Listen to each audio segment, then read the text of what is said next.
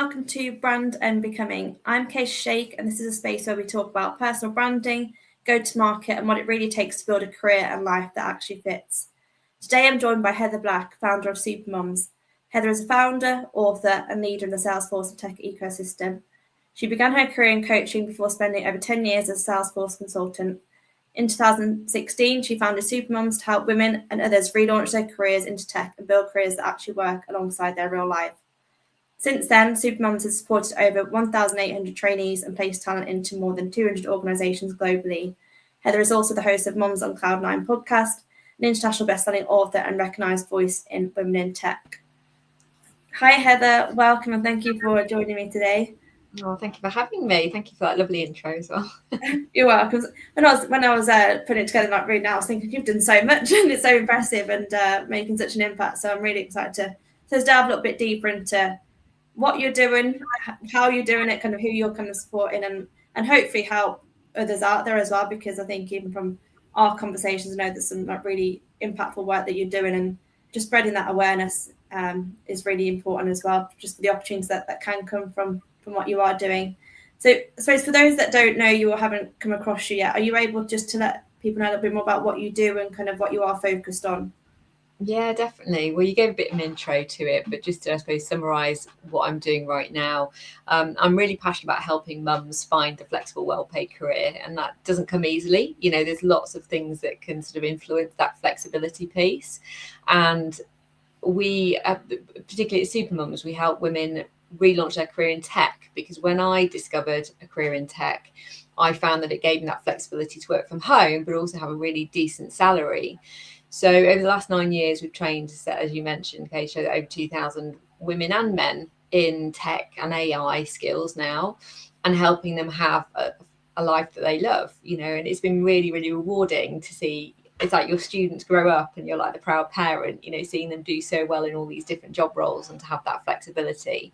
So I have a job that I'm really passionate about. I love seeing people achieve their dreams. You know, we work day in, day out to sort of educate people, to help people and connect with employers as well, to help them sort of take on our talent into their companies.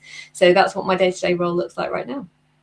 Amazing. And sorry, I did you just say 1,800, but yeah, over 2,000 now. That's amazing. And I think impacting that many people, but also training them up and kind of then helping them with then employment. It just goes such a long way. And I think a lot of people aren't aware maybe of the opportunities that aren't out there. And I think just that whole education piece, but also just knowing that actually if you do train up in tech, like the opportunities that can come from it, to have that flexible work-life kind of balance as well. So yeah, it's really interesting. Would you say, so it's just a little bit of I was just thinking when you were just talking about it, would you say with the ages of women, so as a men, but that you are getting through like mums, they are different ages, or have you got kind of a core bracket? What are you experiencing with that? Yeah, we've got a wide mix actually. I mean, I would say average is 30, 40s that do the course. Yeah. We've got people in their 50s to some people in their 20s.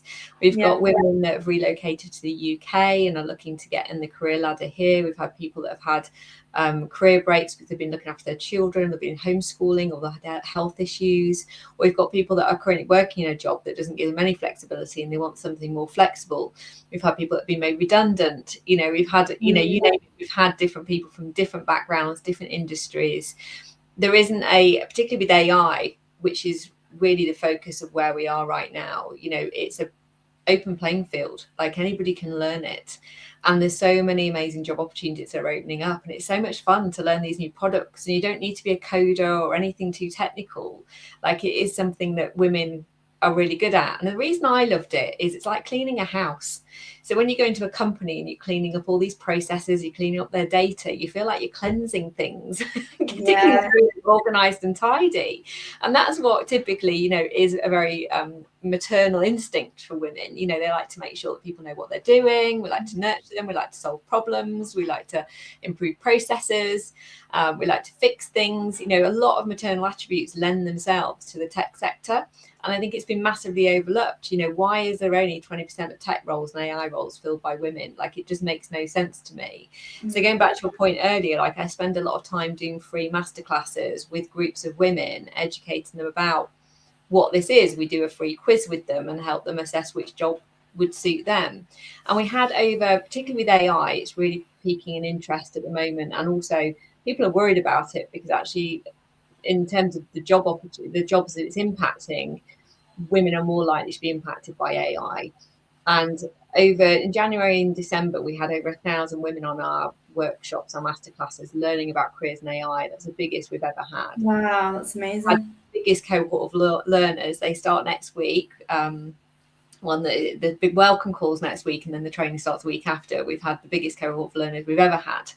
And so it's really exciting to see, one, we're doing a good job because we're getting out there, but two, women are going, what is this? I need to be part of it, because that's where the growth of the job opportunities are. So yeah, we spend every day just sort of spreading the word at the moment.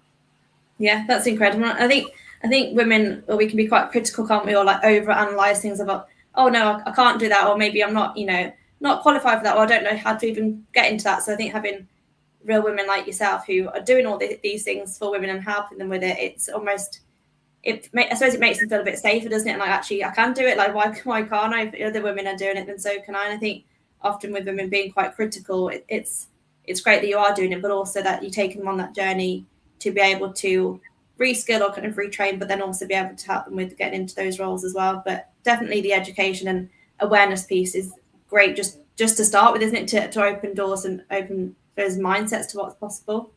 Yeah, absolutely. I mean, that was me. I ran a coaching business, and I was a career and business coach, and I'd started using a CRM, and I'd sat with it. I'd never used a CRM before, and people say, what's a CRM? Well, it's a client relationship management system, which helps you manage all your customer data. So you can look at Joe blogs and see anything you've sold to them, or anything you've emailed them, or anything that you've spoken about on customer support desk. It's like that 360-degree view of a customer.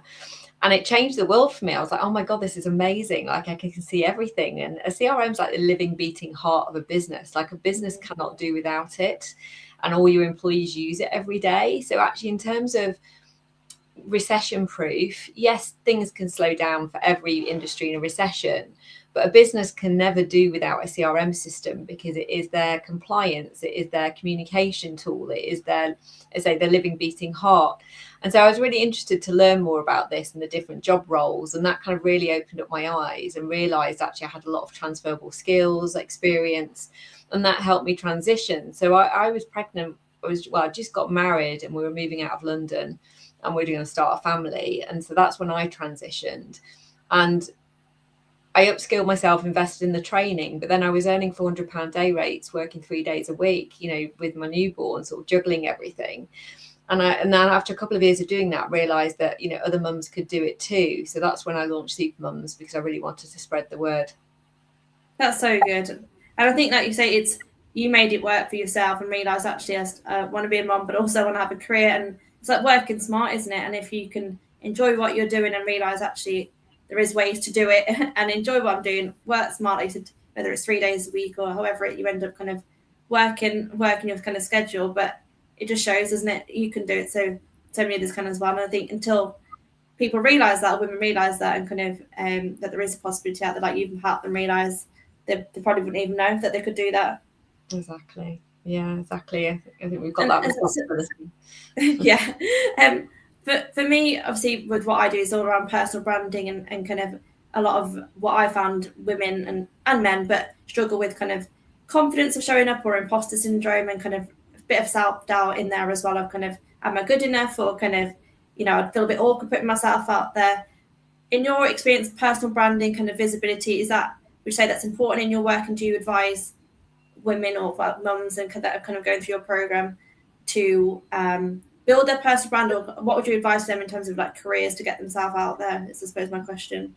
Yeah, well, you can definitely come over the barriers to it. So I was always the quiet one at school that sat on the back row and was really shy and introvert. And, people don't believe that now. And people will say to me, oh, well, Heather, you can get the work because it's you and everybody knows you on LinkedIn. It's like, well, actually, that's not the reality. The reality is, I've just put in the work to get there. And I think it's being methodical about that process of, how do you build your confidence? Mm-hmm. So if I go back to my 20s, I'd obviously, gone through school, gone through university, in my 20s, I started working and had to be part of a team to pitch for work. And I just remember getting myself so flustered about this and really nervous. And so I signed up, paid for it myself, and did a presentation, public speaking course in London. And that was really good because it gave me some tips. It sort of built my confidence. And then I became a version V consultant, doing makeup parties, mostly for my mum's friends. I did have some other parties, but I had to present and sort of explain makeup techniques in front of other people. And that really just, again, built my confidence for doing something that wasn't in the work environment. So that built my confidence just to kind of be more comfortable public speaking. So it is about forcing yourself to do things, but doing it in a space that feels, it's not, work is obviously more scary because you're going to win or lose a big deal. No pressure. Whereas, selling makeup products, obviously I wanted to sell makeup stuff as part of it, but it was a more intimate environment. So I think it's building up your confidence in a more intimate environment where you can get used to public speaking and presenting. And it is rehearsing. Like even now when I'm doing presentations, I will get really nervous if I haven't rehearsed.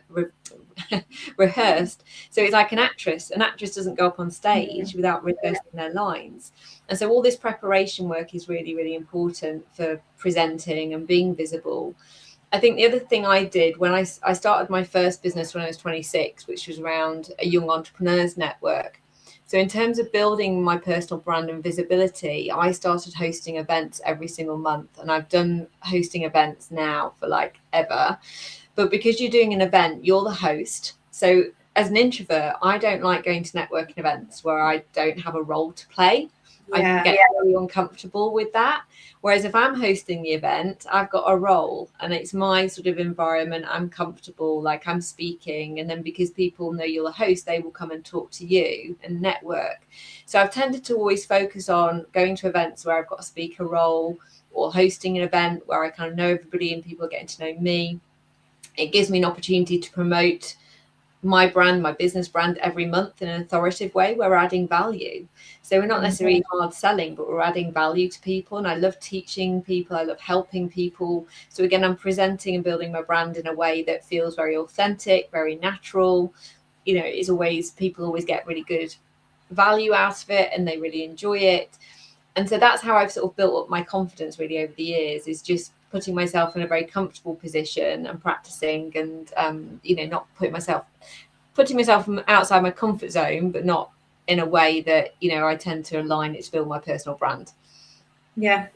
Well, that's a really good, I suppose, lesson in itself, that even if you are introvert, and I would class myself as more introverted as well, but I think a lot of people think you have to be super extrovert or loud or you're super out there to kind of post content or be at these things. But actually, if you've got some value to give or if you've got something to say, then generally you can do whatever you want. And also it's like learning as you go. And I think even if you've learned something that maybe other people don't know, I think it's you can be quite critical on yourself that actually, this content won't be exciting for anyone, or they'll know all this, but often people don't know it. So it's kind of, I will say, if you can help one person by showing that you've done a good job, and just think about the one person that you're helping rather than what people are going to think about me. So I think some of the best people in kind of like that I've been working with are more naturally introverted, because kind of things like listening skills or kind of quite analytical and actually kind of, caring about kind of what they're doing and kind of doing a great job. But definitely I'd say practicing what you're doing and learn as you go, and you just keep getting better. And nothing is perfect anyway, is it? But either if you're at an event or if you're going to post online, nothing's completely perfect, but showing up, generally it gets easier, and generally you get better at it the more you do. Absolutely. And it doesn't have to be about shining the light on yourself, like bringing a guest speaker on to work alongside you and then being the thought leadership piece, or, doing a presentation together. Like, building your personal brand is about adding value, but it doesn't need to be you as the authoritative person necessarily. It can be you as the enabler, because some people prefer to be in the secondary supporter spotlight, whereas other people like to be in the other that's true spotlight, and others don't. And that might evolve over time as you become more authoritative or more of an expert in something. You might be comfortable speaking, but it just really depends on the context, doesn't it, of what you want to achieve with it.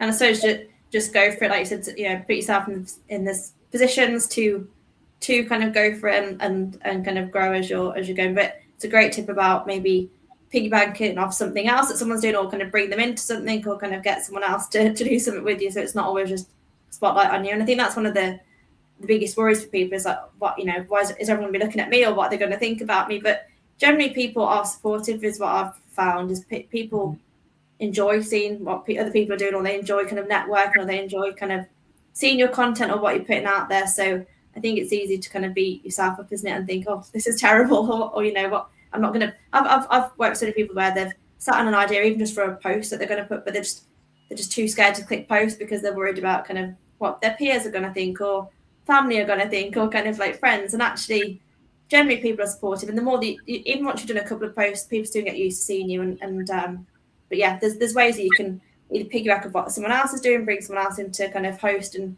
you maybe ask whatever it may be. There's ways around it to start making you feel a bit more comfortable. Absolutely. I've just done a LinkedIn challenge with a group of our Supermums, and you know, it was insightful for me because it's some of those blockages you can see and what you spoke about. Yeah. So what I shared with them over a series of 4 weeks is some content ideas, like these are sorts of things you could talk about, and you know what a hook is and how you sort of get people's attention. And then we created a little group where they share a post every day, and so people are commenting, liking it, and actually one of the posts got 9,000 impressions. You know, she did amazing. Yeah, it was brilliant. And so they became, and then because they could see which post did well, other people would copy those kind of formats, you know, obviously not word for word, but yeah.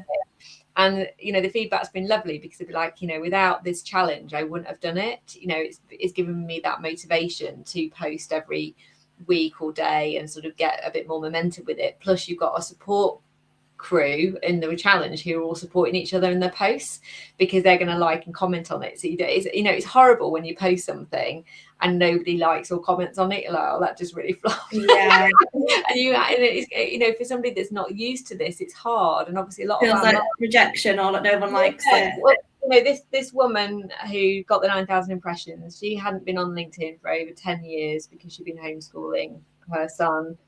You know, she's looking to return to work. She's now in 4 weeks boosted her followers by 200 people. Wow. Because you've got that momentum. So it is about, you know, joining something and being part of something where you're going to get the support with your presentation skills or your LinkedIn skills or whatever it is, means you're not doing it by yourself. And that's why a lot of people are doing Supermums, is because people could go and learn by themselves, but actually people love being part of a big community of other people like them, where they're on this journey, they're sharing tips, they keep encouraging everybody. All these different things makes a difference. And I've invested in different support networks and training over the years because I've needed that too. And I think that's the biggest thing for progression, is investing in that support for yourself. Oh, totally. And I'm the same. I've invested in different programs because I do think community is everything, isn't it? And I think like having that incentive, or other people watching what you're doing and kind of, you know, helping each other on the way. And I think sometimes when you're just doing it yourself, a week can go by, then a month can go by and you haven't done anything. And whereas if you've got like a daily activity of like, I actually need to do my post today, and then you get some nice comments or likes or impressions on it, it's that momentum, isn't it? And feeling like you're part of something bigger. I think it's huge to be part of something that's actually like moving in the right direction. You can see other people winning or getting roles or succeeding with what they're doing as well. It's definitely not. I recommend to anyone to join a program like it, because doing it by yourself is just a lot harder, more lonely, and you don't know whether you're going right or wrong, and you can end up taking that longer just trying to get to that end result. Absolutely. Would you say, I suppose, mindset is a huge thing, and especially with women, I think it's easy to, a lot of women that I speak to, mindset and working on their mindset is really important. But what mindset shift do you see making the biggest difference for women, I suppose, stepping into tech roles? Have you seen any, I suppose, shifts that you're noticing, or kind of have they started out being not so confident, but then realising the opportunity? I suppose, what shifts have you been seeing from working with all the people that you've supported so far? Yeah, absolutely. So career coaching is a key piece for me, and I trained up as a coach when I was 26 because I was feeling really lost at work and couldn't work out why. You know, it's really hard to figure out why you feel a certain way, and starting to understand your brain and like that emotional intelligence was the light bulb moment for me. I'd never heard of coaching, didn't really know about coaching tools, and then went on this journey of training up as a coach, learning all these coaching tools and realizing, how does our brain operate? How do we sabotage ourselves before we've even started? We're so good at telling ourselves that we're rubbish, or we have this little voice saying you can't do that. And it's about how to manage that and about how to reboot your confidence. So in the weekly career advice sessions that I run with the mums, some of the tips that I share with them is one of them is the positive anchor. So I had this lady where she's like, I'm really nervous going in an interview and selling myself. And I said, okay, let's go back to a time or a place. It might have been, we looked at previous work roles where she felt very empowered in those work roles and kind of conjured up all those feelings and those emotions. For me, it's wakeboarding. Like I haven't done wakeboarding loads, but when I have done it, I felt like this sense of whole empowerment. I actually love flying across the water, and then next minute, obviously doing probably a belly flop in the water, but kind of like that whole feeling of elevation. And what you do with positive anchoring is you keep putting yourself into that emotional state quite a few times. So then when you're going to that position of going into a job interview and you're feeling those nerves, you can use that positive anchor to conjure up all those feelings that you had of, yes, I was really great in that job previously. And you kind of bring all those emotions to the forefront before you just walk into that interview again. So it's one sort of eliciting emotions that make you feel more positive. So that's one example tool. The other is positive reframing. So when I became a Salesforce consultant, I was pitching for jobs every single week. I was running a consultancy. I went from a self-employed Salesforce consultant and grew actually a team to a team of 20. I won that much work. Yeah, I won loads of work, but I also lost loads of work. I wouldn't win every bid. So it's like going for interviews. I got rejected. And I'd be like, oh. So you have that moment of like feeling disappointed, but also then I'd reframe it and go, what is it I need to do differently? And over the 8 years of running the consultancy, I was constantly refining our proposal, our pitch. What is it? What were we missing that other people had? And I'd always be adding in other bits. And only when you sort of take on board and say, you don't let it eat away at you and kind of destroy you, you kind of go, what is it that I need to do better? So with our Supermums, when they come through our program, they get their admin cert. And we say, well, look, we've got there's another 2 free additional certifications you can get. And there's also one that you can get within pretty much 3 weeks. It's quite easy to get. So you could get 4 certifications in your CV within a month to get you ready for that job, which might just tip you over the balance of winning that job over somebody else. And so it's always about, how do I be a bit more competitive? What is it? Where did I lose? Okay, it's on the number of certifications, or it's on this, or it's on that. And so reframing is about going, how can you be better, and using that to motivate yourself forward to be better, and not letting that rejection consume you and deflate you. And so positive reframing is another tool. And so I think these coaching tools are really important, and I always use them to kind of get myself back on the even keel. Yeah.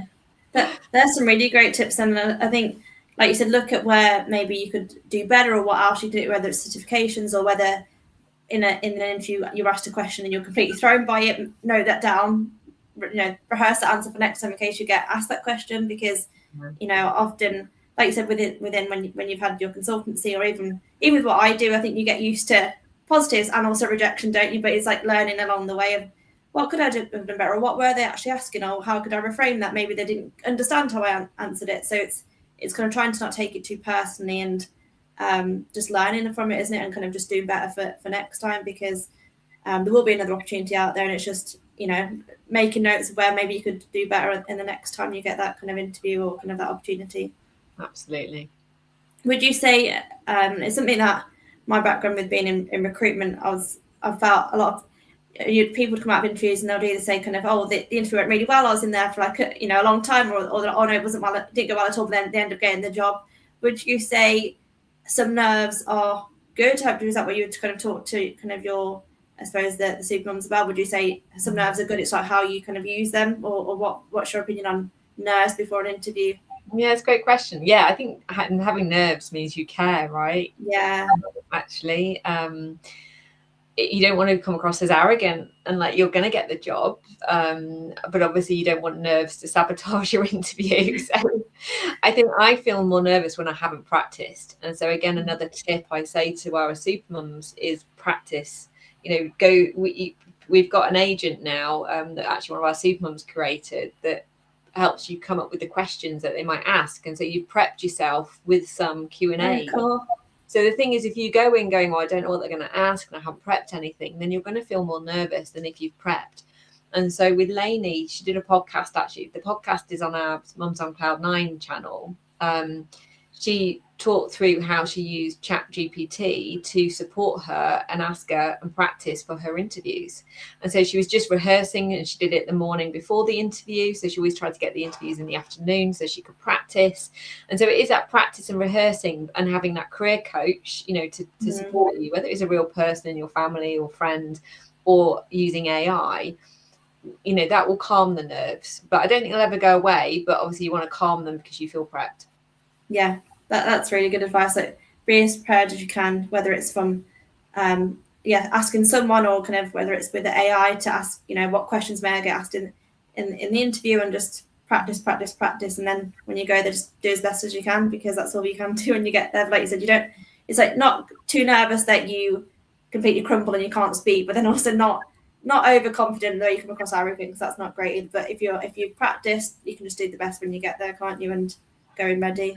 Yeah, and I think it's about building rapport. Now, the thing is, I've walked away from some interviews and you want to win it, but then you think, well, actually, did I really get on with that person? Yeah. Would I want to work with them? And I think the reality is, it's okay to walk away and go, actually, I don't want that job, or I don't want that gig as well, because you want to work with people that you get on with, they respect you. I think some interviewers can be bolshy and arrogant because they seem to have a senior. I was having this conversation came up this week, actually.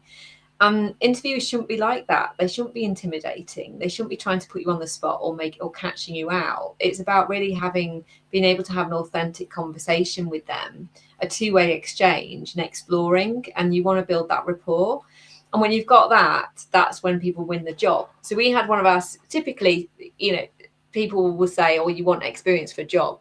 But one of our Supermums went for a job. A lot of people have been in the situation. They go for a job. They haven't got 2 years experience, which they wanted, but they had such a great rapport in the interview, and she asked loads of great questions. Like, it was a no-brainer. Like, they hired her. So I think it's just about, showing up and doing your prep, asking great questions is really important. And then you can win the deal. Yeah, that's it. And I think the prep and kind of being a good person, caring about the role, and kind of building that rapport can go a long way, can't it? And it should definitely be a two-way thing. Not that it always is, but it should be.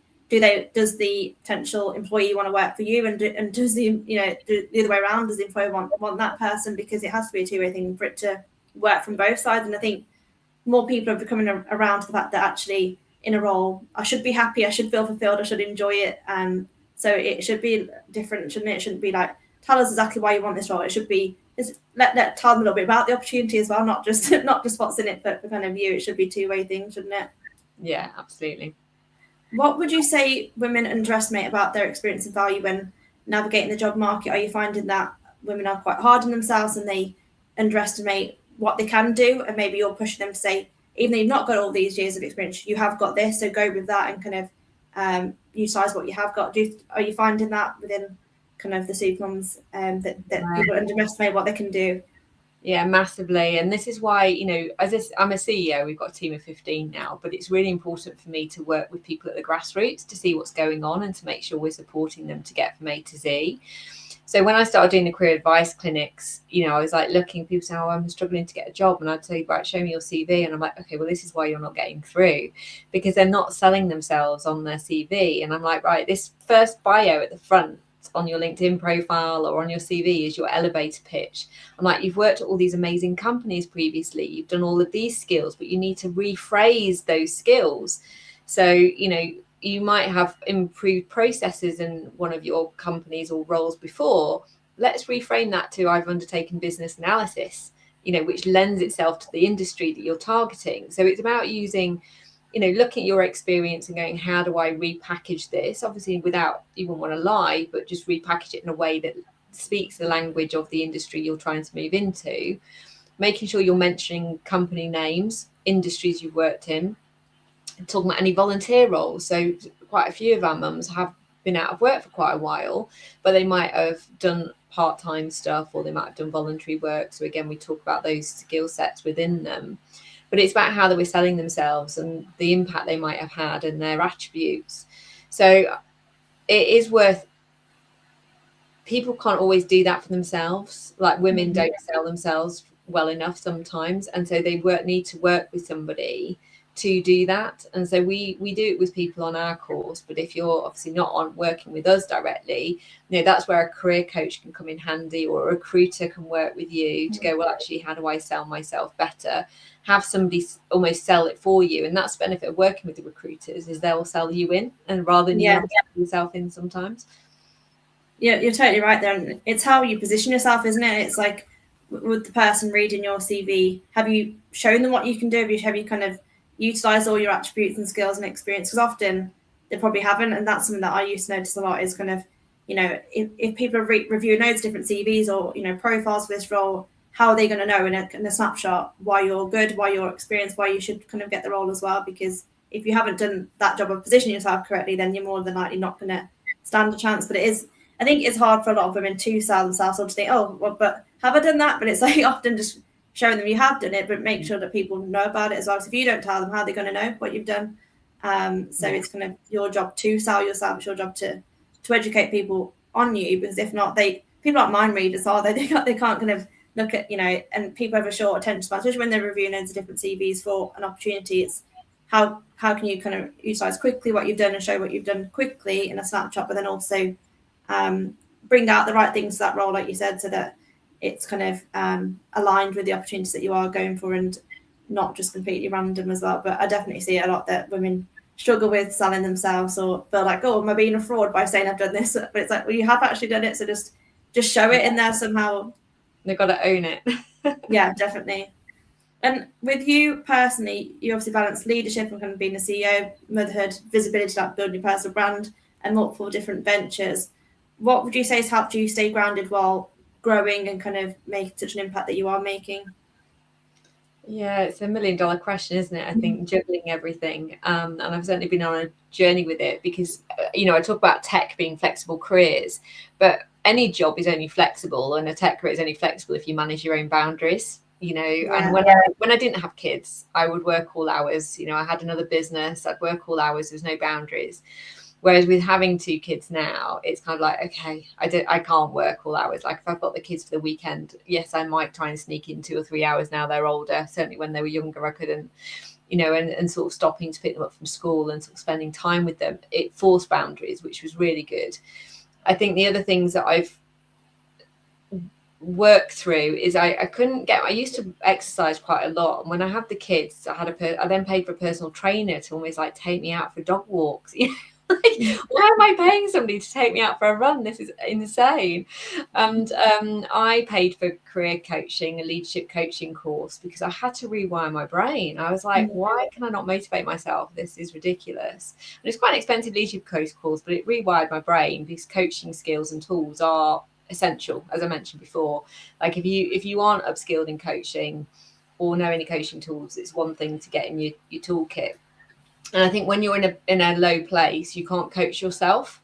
Like I was at a point where I was like, I'm not exercising, I'm not really happy in work. Like I wasn't happy in life and work. And since then, did the leadership course and then ended up getting divorced. Now I exercise more regularly, I would say 4 times a week. I've been doing Pilates every morning since Christmas. That's my new thing. Oh, amazing. But, I've carved out that 10 minutes to do, because I need my core strength, and I was like, I need to do something different. So I built a new habit with that in the morning, do my Peloton, my swimming. So I found things, I've invested in things and found things that just give me that mojo. And so it is finding the thing that motivates you. But I now do it by myself. I will just get on the bike and do it for half an hour, because it's easy, because it's in the kitchen and I can just go and do it at the end of the day. Whereas going to the gym, booking a class and everything else, I don't do it. So I think it's really finding the things that work for you. So exercise, health, coaching is really important, as I say. And I think holding yourself accountable that you're doing the fun stuff.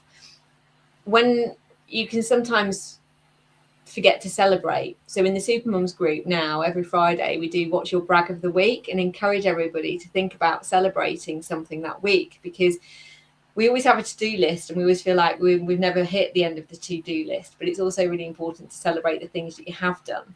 So very consciously thinking about how we do that as a team at work, how we do that as, you know, with our alumni, how I do that at home. So with my partner, we're like, right, let's go and celebrate the thing that was exciting this week. Let's go and do that. So it's just important to celebrate those things to keep yourself going. We haven't done everything. Not everything's probably worked out quite the right way, but they're the things that keep me alive. I think they're great. I think that's celebrating your win of the week, because weeks can go really fast, can't they? And then even like you can be hard on yourself again to think, oh, I've not got everything ticked off my to-do list, but actually I bet you have done something really well this week, or something has worked for you, or you've kind of had a breakthrough in something. There's something's obviously happened that's been good this week, but it's just reminding yourself of that and celebrating even if it's a little win or a big win. But also, like you said, it's what works for you and what gets you having that mojo, whether it's kind of exercise, getting some support from a coach or some sort of program, whatever it may be that you need. I think if you are struggling, it's like something needs to change, and it's up to you to make those changes. No one else is going to do it for you. So it's kind of figuring out what works for you. No, they're great tips, and I really love the Friday one, because I think, even for me, the weeks just go so quick, and it's easy to just then go into next week and the week after, but actually reflecting as well, what's worked well, what am I proud of this week, and it's a nice thing that you're doing within the group is on, like, I suppose that would rub off on everyone else in the group, wouldn't it? Like sharing success of like, oh, that worked well for that woman this week, like, that mom, like, there's hope for us as well. Yeah, I share a success story every Thursday. Is it dose of inspiration on Thursday? Because actually Thursday can be your low day, because you're like, you start the week with earnest, and then by Thursday you're like, oh gosh. And so actually we an inspirational case study on a Thursday across our social media channels as well.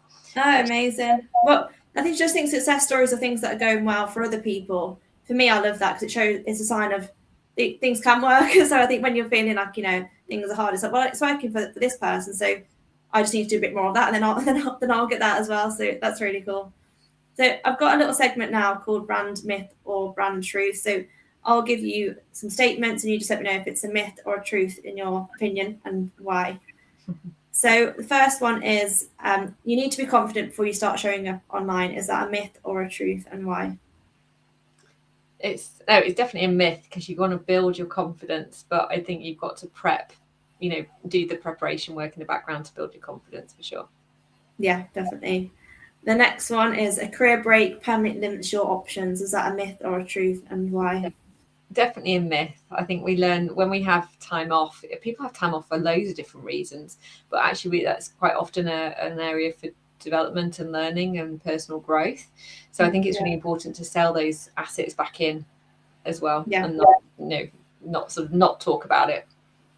And that's something that I've experienced when I was a recruiter. Is that I speak with candidates, and they'd say, oh, they'd have like a gap in their CV, and I'd say, oh, just out of curiosity, what there's some space missing, and they'd say, oh, I did, or I had a child, or I had a bit of a career break because of XYZ reason, or like I did a property renovation, but should I put that in? I'm like, yeah, include what you've been doing, because don't be ashamed or afraid of doing that. People just want to see who you are, what you've been up to, and you do learn something from every stage of your life, don't you? So is that what you would advise as well for the Supermums, is like put it in and kind of Yeah.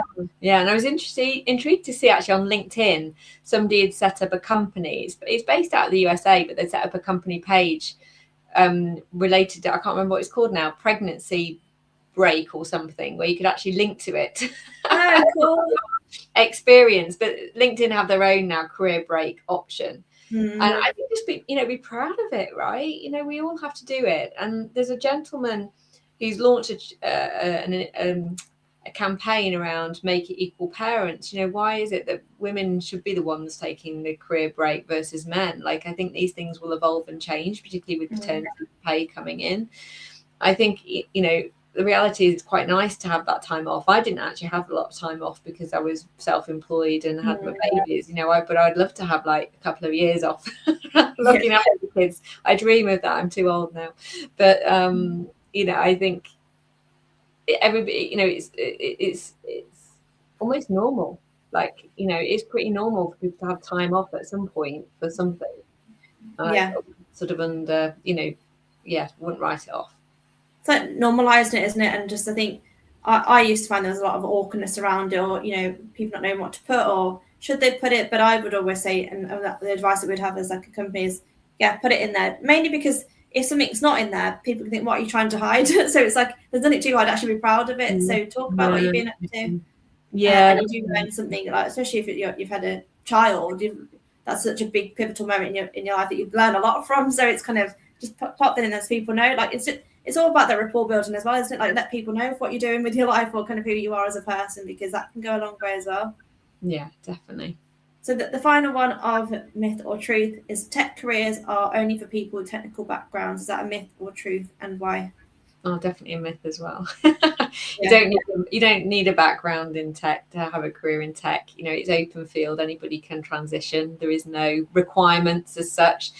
I think there's, based on the personal attributes with this quiz that we look at, the quiz looks at your personal attributes, whether you're very organized and tidy and like planning. Well, in that way, you make a great project manager. If you're the empathetic person that is always helping people, listening to people, helping them solve problems, you'd be a great business analyst. And actually, there's a job for everybody. There isn't a set of attributes where you go, actually, there isn't a job for you. Whether you want to do it or not is another thing. But all of your attributes could lend itself to a role in tech if you wanted it to, and it was something you were excited about. Yeah, totally. And I think maybe previously there was a bit of a misconception, or just lack of understanding, wasn't there? And so maybe isn't to some degree as well of what it takes, or what is the role, or what happens, or what is the role of business analyst, or what is the role of a project manager. But the more that we're doing, the more that you're doing with the great work you're doing with educating and kind of bringing, the Supermums group and growing it, and kind of more and more people going through it to get those roles. I think the more that other people start doing it as well and realise, actually, I don't need to have had this huge tech background or been doing all these things from a younger age. Actually, I can just do it now, because actually all these roles are really important in businesses, aren't they, in everyday kind of life. Yeah, absolutely. So to finish off, so this is a question I like to ask all my guests, but if you could talk to yourself, your younger self at the very start of your career, what would you tell her now? Maybe I should have stuck with art. My mum always said, don't do art because you won't get a career in it. But I've always got this little bugbear of like, well, maybe I should have continued doing it on the side. I still dream of having a business that's based around art. So it's interesting, isn't it? I mean, I've loved the journey that I've been on. I've loved all the different things I've done. But I think if there's something that you really enjoyed when you were younger, try not to lose that sort of skill and interest as well. I think you can always reinvent yourself. I think that's what we're seeing now is people I always think of myself as Madonna. Every 10 years I'll reinvent myself and do something different, or be a new person. Like, she's the icon for that, really. And I think, in my parents' era, for certain, who, would have been in their 80s now, they they had a job for life a lot of the time. My mum actually reinvented herself and changed career when she had me. She had worked in a PA and then went to a bookkeeper, so she did reinvent. And I think it's fine to reinvent. Just do it, get credible training, get the right references, get the work experience, get the mentoring, get the community around you. I would say they're the key ingredients for relaunching confidently. And so don't ever settle. If you've got something that you want to do, progress it. Yeah, I love that. And I think that whole piece about reinventing yourself, it's something that I'm a big believer in as well. It's never too late to reinvent yourself, and it's completely up to you, isn't it, what you choose to become. And there's like a quote, it's like you're one decision away from a totally different life. And it's so true. If you get the right training, or join the right programs, or make the right kind of leap, you can create a totally different life and reinvent yourself as whatever you want to be, but providing you get the training and support around it. And I think that is a really great piece of advice, is not everyone or maybe they just haven't thought about it like that. They've not realised, actually, I don't have to do this job I'm doing now forever, or actually, why can't I do that if other people are doing it? Why can't I do it? So I think that's a really great piece of advice there. But thank you so much, Heather, for joining me, and I've learned a lot, and I think there's just such a great education piece, but also what you do with kind of training and kind of upskilling and kind of helping Supermums be able to build and kind of grow, and I suppose people relaunch their careers to be able to have that flexibility to be a mom and kind of have that kind of work-life balance. I think it's so good, and I think bringing more people into the tech community and into tech roles that maybe wouldn't have even realised they could do it before is incredible as well. So thank you for all the great work you're doing, and I'll do my best to keep spreading awareness. And for those that are watching live, thank you for joining. It will also be available on recording, which I know a lot of you do watch the recordings, and I will be posting out to my newsletter, but also across social media over the next few weeks as well. So appreciate you so much, Heather, and everyone else, thank you so much for joining, and I'll see you next time. See you Thank soon. you. Bye-bye.